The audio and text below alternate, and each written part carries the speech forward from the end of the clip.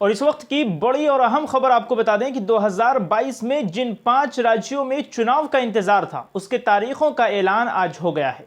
उत्तर प्रदेश समेत उत्तराखंड, पंजाब, मणिपुर और गोवा में कैसे कैसे चुनाव होने हैं, आज इलेक्शन कमीशन ने इसकी घोषणा कर दी है। इन 5 राज्यों में 7 चरणों में चुनाव होंगे। आइए देखते हैं चुनाव के दौरान क्या कुछ गाइडलाइंस हैं और किन चीजों को लेकर इलेक्शन कमीशन सतर्क है। साथ ही मुख्य चुनाव आयुक्त सुशील चंद्रा ने क्या कुछ कहा है, वो भी आपको सुनाते हैं। और इस वक्त आपको बता दें कि चुनाव आयोग ने शनिवार को 5 राज्यों में विधानसभा चुनाव की तारीखों का ऐलान कर दिया है। उत्तर प्रदेश, उत्तराखंड, पंजाब, गोवा और मणिपुर में 7 चरणों में वोटिंग होगी। शुरुआत 10 फरवरी को उत्तर प्रदेश से होगी। सभी राज्यों के चुनावों के नतीजे 10 मार्च को घोषित किए जाएंगे।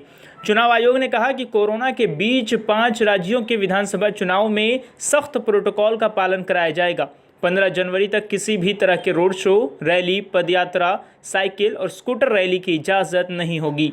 वर्चुअल रैली के जरिए ही चुनाव प्रचार की इजाज़त होगी। जीत के बाद किसी तरह के विजय जुलूस भी नहीं निकाला जाएगा।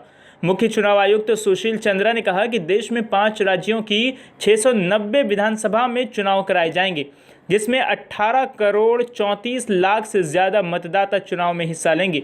कोरोना के बीच चुनाव कराने के लिए नए प्रोटोकॉल को लागू किया जाएगा। सभी चुनाव कर्मियों को कोरोना वैक्सीन की दोनों डोज लगी होगी। जिन्हें ज़रूरत होगी उन्हें प्रिकॉशन डोज भी लगाई जाएगी।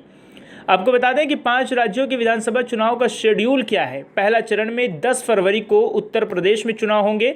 दूसरा चरण में 14 फरवरी को उत्तर प्रदेश, पंजाब, उत्तराखंड और गोवा में चुनाव होगा। तीसरा चरण में 20 फरवरी को उत्तर प्रदेश में चुनाव होंगे। चौथे चरण में 23 फरवरी को उत्तर प्रदेश में ही चुनाव होंगे। पांचवें चरण में 27 फरवरी को उत्तर प्रदेश और मणिपुर में चुनाव होना है। छठवां चरण में 3 मार्च को उत्तर प्रदेश और मणिपुर में चुनाव होगा। 7वां चरण में 7 मार्च को उत्तर प्रदेश में चुनाव होंगे और इन 5 राज्यों के चुनाव के नतीजे 10 मार्च को आएंगे। और आइए अब नज़र डाल लेते हैं राजनीतिक दलों के लिए क्या कुछ गाइडलाइंस हैं। सभी कार्यक्रमों की वीडियोग्राफी कराई जाएगी। दलों को अपने उम्मीदवारों की आपराधिक रिकॉर्ड की घोषणा करनी होगी। उम्मीदवार को भी आपराधिक इतिहास बताना होगा। यूपी, पंजाब और उत्तराखंड में 40 लाख रुपए हर कैंडिडेट खर्च कर पाएगा। मणिपुर और गोवा में यह खर्च सीमा 28 लाख रुपए ही होगी। And that particular schedule will also be given to you, and how the phases of UP have been put in 7 phases will also be provided to you by the media cell here, and we have ensured that in all 7 phases of UP there should be equitable to be distribution of the assemblies, and that particular map will be given to you by the